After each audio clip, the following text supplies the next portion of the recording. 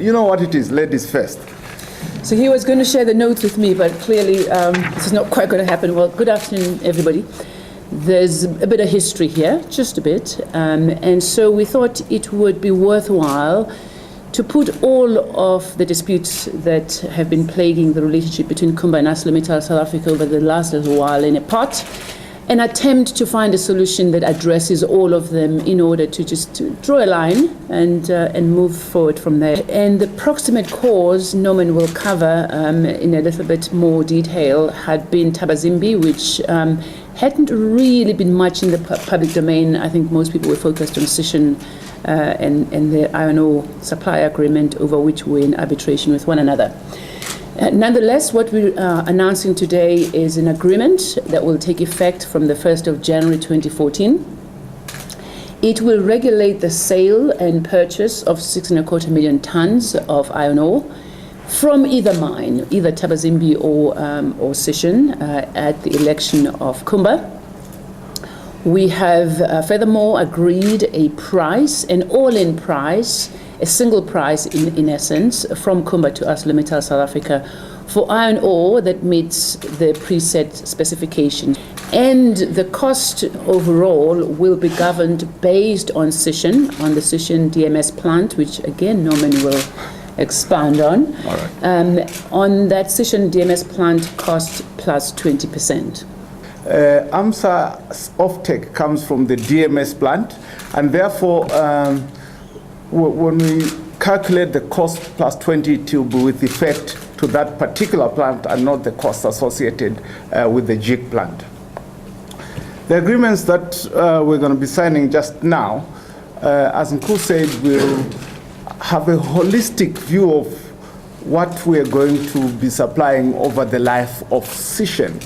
We feel that this agreement is consistent with the beneficiation aspirations of the government. And therefore, we think that this agreement is in the spirit of what the nation wants to achieve in terms of ore supply to the domestic market. It also means that the arbitration will no longer be necessary.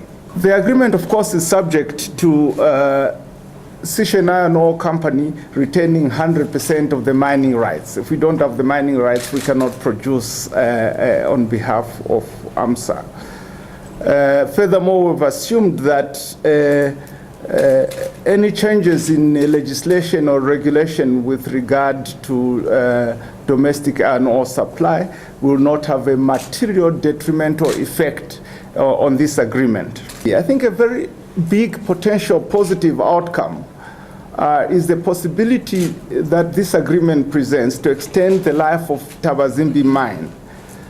Based on the current configuration of Thabazimbi had a very short life left, and the costs were escalating significantly, as we have said in previous announcements. So we've now embarked upon studies to evaluate the viability of Thabazimbi's extension of life through certain low-grade beneficiation technologies. We've had early indications of this, we've had results, and those results are very encouraging. So a potential mine life extension at Thabazimbi will obviously impact positively on the about 1,300 people that are employed there, including 850 permanent staff. And of course, the small to medium-sized suppliers located in that area, in the immediate vicinity, and the community around that mine. And we are hoping this will be successful, and if it is, then Thabazimbi will continue to produce at a reasonable price for a very long time indeed. We will now invite you to witness the signing, and I've just bought a new Mont Blanc pen for my dear sister to use, you know. Gifts from Kumba? Okay. Not sure how it works. Lovely. One more. Which we're quite accustomed to doing, as we're told, so Yeah. fire away. Signatures are worth more than $1 million. What do they say? $1 million signature. I think that's all. Then we put the full signature over there.